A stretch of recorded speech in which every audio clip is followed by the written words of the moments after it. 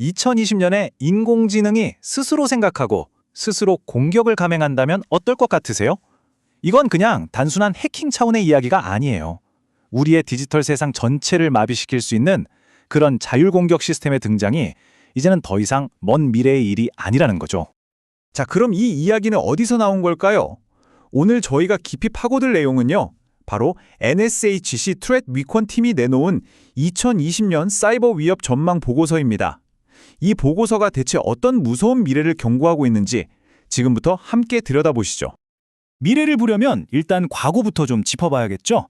자, 2025년을 한번 떠올려 보세요. 바로 이때 역사상 가장 큰 규모의 IoT 본넷 디도스 공격이 터졌습니다. 그 규모가 무려 29.7TBPS에 달했어요.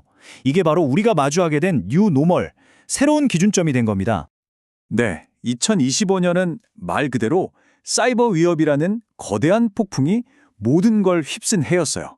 그냥 단일 위협이 아니라 여러 가지 위협들이 막 서로 뒤섞이면서 이전에 본 적 없는 아주 복잡한 양상을 띠게 된 거죠. 자, 그럼 그중에서도 가장 중요했던 두 가지 큰 흐름부터 한번 짚어보겠습니다. 자, 첫 번째 흐름입니다. 바로 AI를 이용한 기만 기술이 완전히 대중화되었다는 거예요. 인공지능이 어떻게 피싱이라는 가장 고전적인 수법을 정말 소름 돋을 정도로 정교하게 바꿔놓았는지 그 이야기부터 시작해보죠. 여기서 진짜 주목해야 할 건 피싱 공격의 퀄리티가 완전히 달라졌다는 점이에요. 예전에 우리가 비웃었던 그런 어설픈 문법 오류, 오타, 이젠 찾아볼 수가 없어요. 공격자들은 생성형 AI 그리고 거대 언어 모델, 그러니까 LLM을 사용해서요. 실제 내부 공문이랑 전혀 구분이 안 되는 거의 완벽한 피싱 메시지를 그냥 뚝딱 만들어냅니다. 이게 심지어 산업화까지 됐습니다.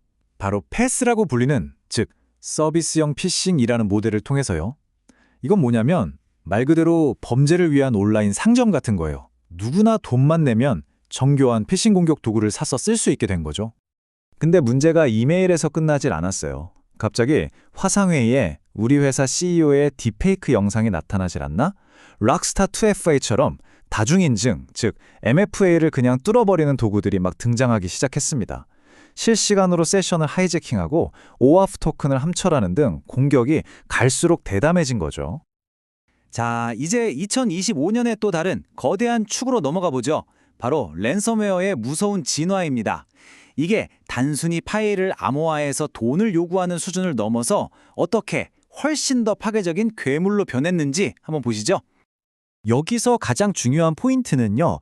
랜섬웨어랑 루마스틸러나 레드라인 같은 정보를 훔치는 악성 코드, 이 둘 사이의 경계가 완전히 허물어졌다는 겁니다. 그래서 공격자들은 이제 아주 악랄한 5단계 다중 협박 수법을 씁니다. 일단 데이터를 싹 다 훔치고요. 그 다음에 파일을 잠궈버려요. 이걸로 안 되면 데이터를 공개하겠다고 협박하고 심지어 디도스 공격까지 감행해서 서비스를 마비시킵니다. 마지막엔 피해 기업의 파트너사나 고객까지 협박하죠. 그러니까 이젠 단순히 데이터를 되찾는 문제가 아닌 거예요. 회사에 존폐가 걸린 문제가 된 거죠. 이런 공격에 쓰이는 기술도 정말 무서울 정도로 정교해졌습니다. 공격 그룹들은 헥살라커 V2 같이 윈도우, 리눅스, 가상마신까지 한 번에 공격할 수 있는 멀티 플랫폼 도구를 사용하고요.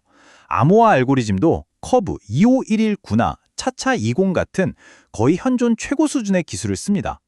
한마디로 한 번 당하면 데이터를 되찾는 건 사실상 불가능에 가깝다는 얘기죠.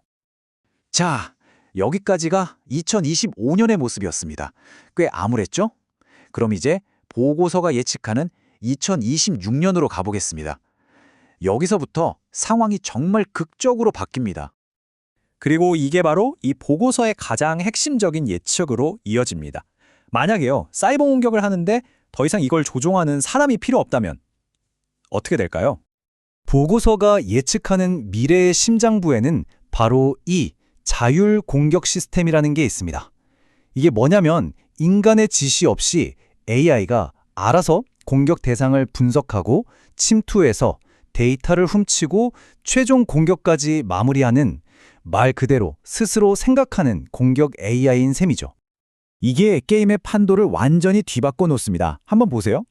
예전에는 보안 취약점이 발견되고 나서 공격 코드가 만들어지기까지 몇 주, 길게는 몇 달이 걸렸거든요. 방어할 시간이 있었던 거죠. 근데 2026년이 되면요, 이 시간이 단 몇 시간으로 줄어듭니다.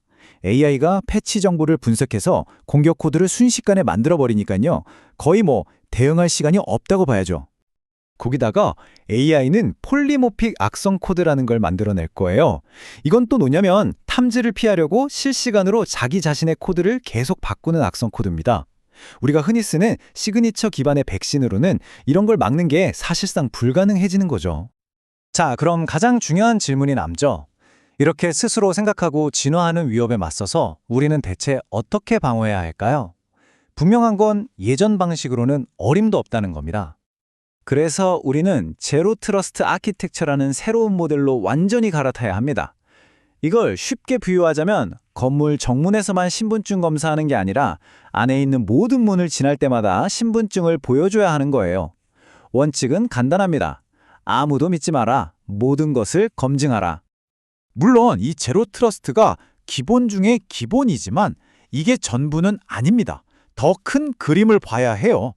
예를 들어서 SBOM, 즉 소프트웨어 자재 명세서를 활용해서 공급망 보안을 아주 철저하게 관리해야 하고요. 그리고 가장 중요한 것, 우리 보안관제센터, 즉 SOC도 이제는 AI를 도입해서 AI 공격에 맞서 싸워야 한다는 겁니다. 자, 이제 마지막으로 어쩌면 가장 중요할 수 있는 질문에 도달했습니다. 이건 기술적인 문제를 넘어서는 이야기예요. 공격이 이렇게 자율화되는 세상에서 과연 우리의 윤리적 책임은 뭘까요? 솔직히 기술 발전 속도가 우리가 그걸 통제하고 규제하는 속도를 아득히 앞질러 가고 있잖아요. 이건 단순히 코드의 문제가 아니라 우리 사회 전체의 문제입니다. 이런 자율 공격 시스템의 등장은 개발자, 기업, 그리고 정책을 만드는 사람들 모두가 함께 더 안전한 디지털 세상을 만들기 위해 머리를 맞대야 한다는 걸 의미합니다. 결국 오늘 이야기의 핵심은 명확합니다.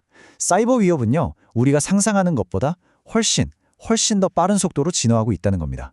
그리고 이런 변화에 대비하기 위한 가장 첫 번째 단계는 바로 지금 우리가 이야기한 이런 사실들을 아는 것에서부터 시작됩니다. 오늘 이 분석이 다가올 위협을 이해하는 데 조금이라도 도움이 되셨다면 좋아요와 구독 한 번씩 꾹 눌러주시면 정말 감사하겠습니다. 저희가 앞으로도 이렇게 중요한 주제들을 계속 다루는데 정말 큰 힘이 되거든요. 시청해주셔서 진심으로 감사합니다.